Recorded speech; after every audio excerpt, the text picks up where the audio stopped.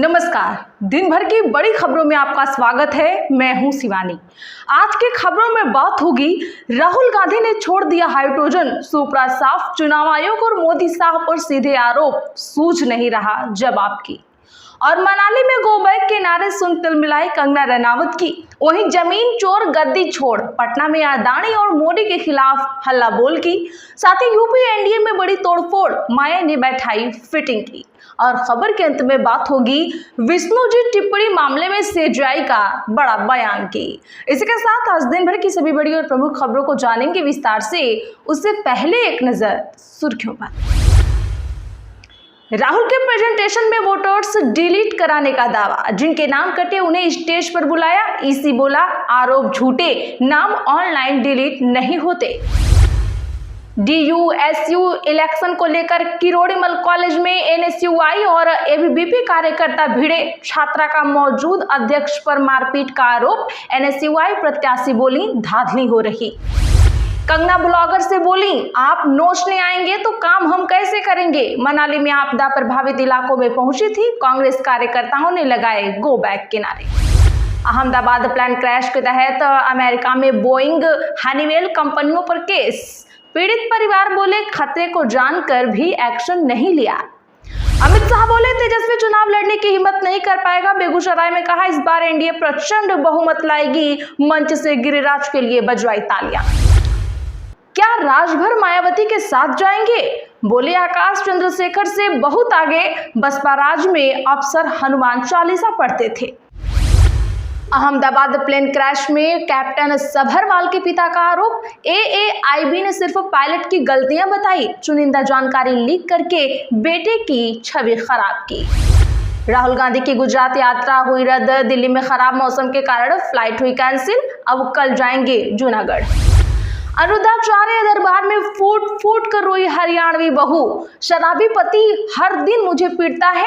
कथावाचक बोले, बॉलीवुड शराब को बढ़ावा दे रहा, यही बवाल का पूरा जड़ है। आजम खान 23 महीने बाद जेल से आएंगे बाहर। हाईकोर्ट से मिली जमानत। वकील बोले, अब कोई मामला पेंडिंग नहीं। चुनाव आयोग के फैक्ट चेक पर राहुल गांधी, इधर उधर की बात ना करें, बस सबूत दें। भगवान विष्णु पर टिप्पणी को लेकर घिरे सीजेआई, बीआर गवई ने दी सफाई। बीएचपी बोली संयम रखे। यूपी में मंत्री विधायक के रिश्तेदारों को बांटी गई नौकरियां, इनमें 50% ठाकुर। जांच करने आए अफसर के भतीजे की भी लगी नौकरी। एक को भारत का डर, दूसरे को इस्राइल से खतरा। पाक और सऊदी रक्षा समझौते की मजबूरी समझिए। नई दिल्ली सीट में 10,000 से ज्यादा फर्जी वोट बनवाने की हुई थी अपील। आपका बड़ा दावा आया सामने।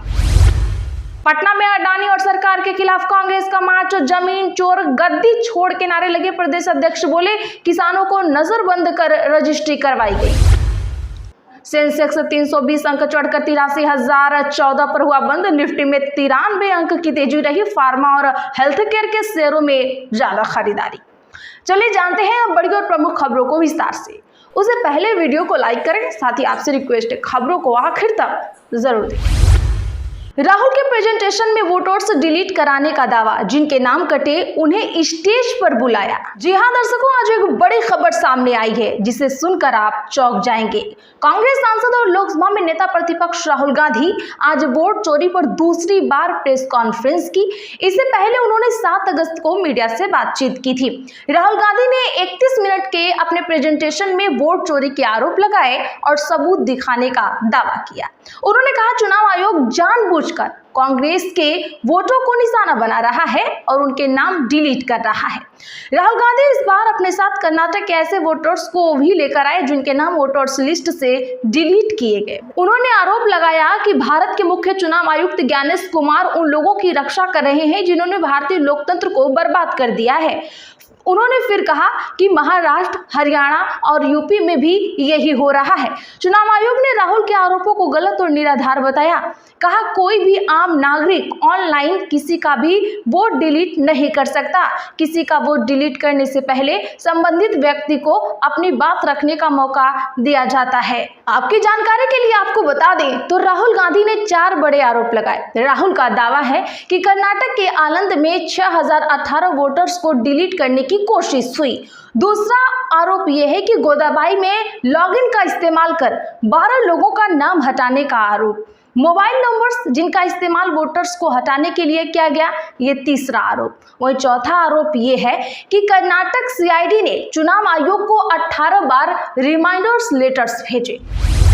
कंगना ब्लॉगर से बोली, आप नोचने आएंगे तो हम काम कैसे करेंगे। कांग्रेस कार्यकर्ताओं ने लगाए गो बैक के नारे। हिमाचल के मंडी से सांसद एवं बॉलीवुड एक्ट्रेस कंगना रनावत आज मनाली के आपदा प्रभावित इलाकों में पहुंची। इस दौरान सांसद कंगना महिला ब्लॉगर के सवालों पर भड़क गई। उन्होंने कहा कि आप हमें नोचने आएंगे तो हम काम कैसे करेंगे। मैं मानती हूँ कि कंगना आपको बहुत बड़ी तोप लगती है। कंगना ने राहुल गांधी, प्रियंका गांधी और हिमाचल के पीडब्ल्यूडी मंत्री विक्रमादित्य सिंह पर भी निशाना साधा। कंगना ने कहा कि ये लोग पैसे मांगते रहते हैं, इनकी भी अकाउंटेबिलिटी होनी चाहिए। राहुल और प्रियंका गांधी को भी आपदा में आना चाहिए, प्रभावितों के साथ खड़ा होना चाहिए था। इस बीच मनाली के पतली कुल्हन में विरोध का सामना करना पड़ा। यूथ कांग्रेस के कार्यकर्ताओं ने उन्हें काले झंडे दिखाए और कंगना को गो बैक के नारे लगाए। इस दौरान कुछ देर के लिए भाजपा और कांग्रेस कार्यकर्ताओं के बीच गहमा गहमी भी देखने को मिली है। नई दिल्ली स्थित में 10,000 से ज्यादा फर्जी वोट बनवाने की अपील हुई थी।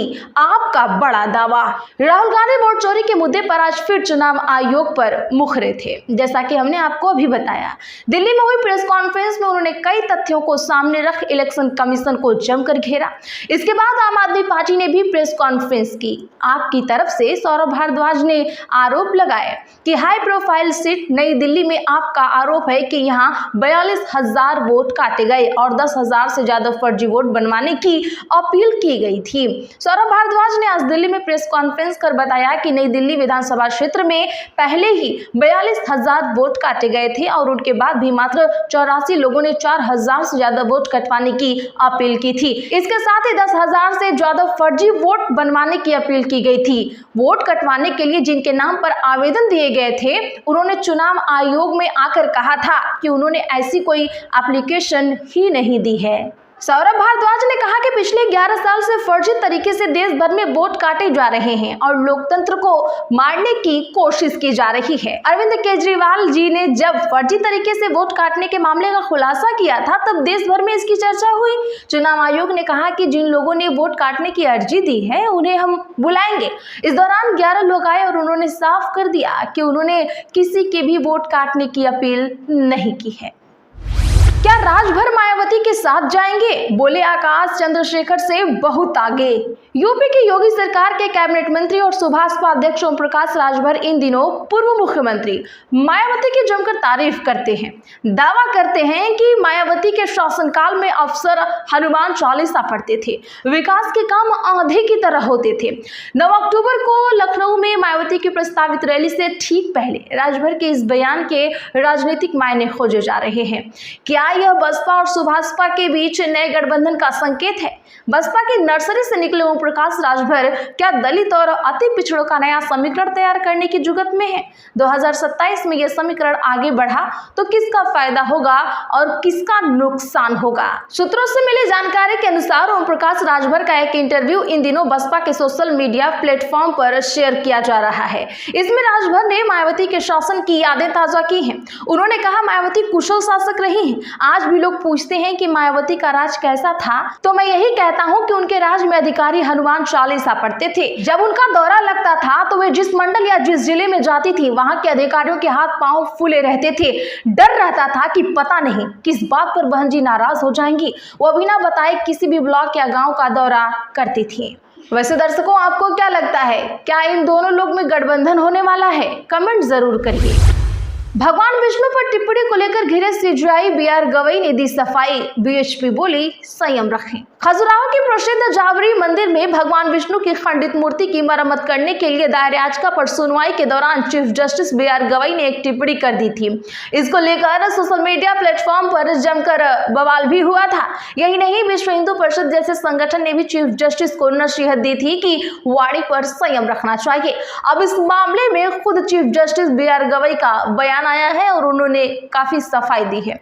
उन्होंने कहा कि मेरे बयान को सोशल मीडिया पर गलत ढंग से पेश किया गया। उन्होंने कहा, किसी ने मुझे अगले दिन बताया कि मेरी टिप्पणी को सोशल मीडिया पर शेयर किया जा रहा है, लेकिन मैं तो सभी धर्मों का सम्मान करता हूं। चीफ जस्टिस ने यह टिप्पणी किसी मामले की सुनवाई के दौरान की। वहीं सॉलिसिटर जनरल तुषार मेहता ने कहा कि मैं चीफ जस्टिस बी.आर. गवई को बीते 10 सालों से जानता हूं। वह हर धार्मिक स्थल जाते हैं और सभी का ही आदर करते हैं। मेहता ने कहा कि यह एक गंभीर मसला है। उन्होंने कहा कि हमने न्यूटन का लॉ तो पढ़ा है कि हर एक्शन का रिएक्शन होता है, लेकिन आज तो हर एक्शन पर सोशल मीडिया में गलत रिएक्शन होता है। उन्होंने कहा कि चीफ जस्टिस तो अक्सर सभी धर्मों के स्थलों पर जाते हैं, वे सभी का आदर करते हैं। चुनाव आयोग के फैक्ट चेक पर राहुल गांधी इधर उधर की बात ना करें, बस सबूत दें। राहुल गांधी और चुनाव आयोग के बीच वोट चोरी के आरोपों को लेकर तनाव गहराता जा रहा है। राहुल गांधी द्वारा वोट चोरी के आरोपों को लेकर आज की गई प्रेस कॉन्फ्रेंस का जवाब चुनाव आयोग ने फैक्ट चेक करके दिया। अब राहुल गांधी ने मुख्य चुनाव आयुक्त ज्ञानेश कुमार पर निशाना साधते हुए कहा कि वह बेमतलब हैं, बहाने न दें, बल्कि अलंद विधानसभा के कांग्रेस उम्मीदवार द्वारा लगाए गए आरोपों की जांच के लिए कर्नाटक सीआईडी के सामने ठोस सबूत पेश करें। लोकसभा नेता प्रतिपक्ष social media platform site x पर चुनाव आयोग के एक पोस्ट को रीट्वीट करके अपनी बात रखी।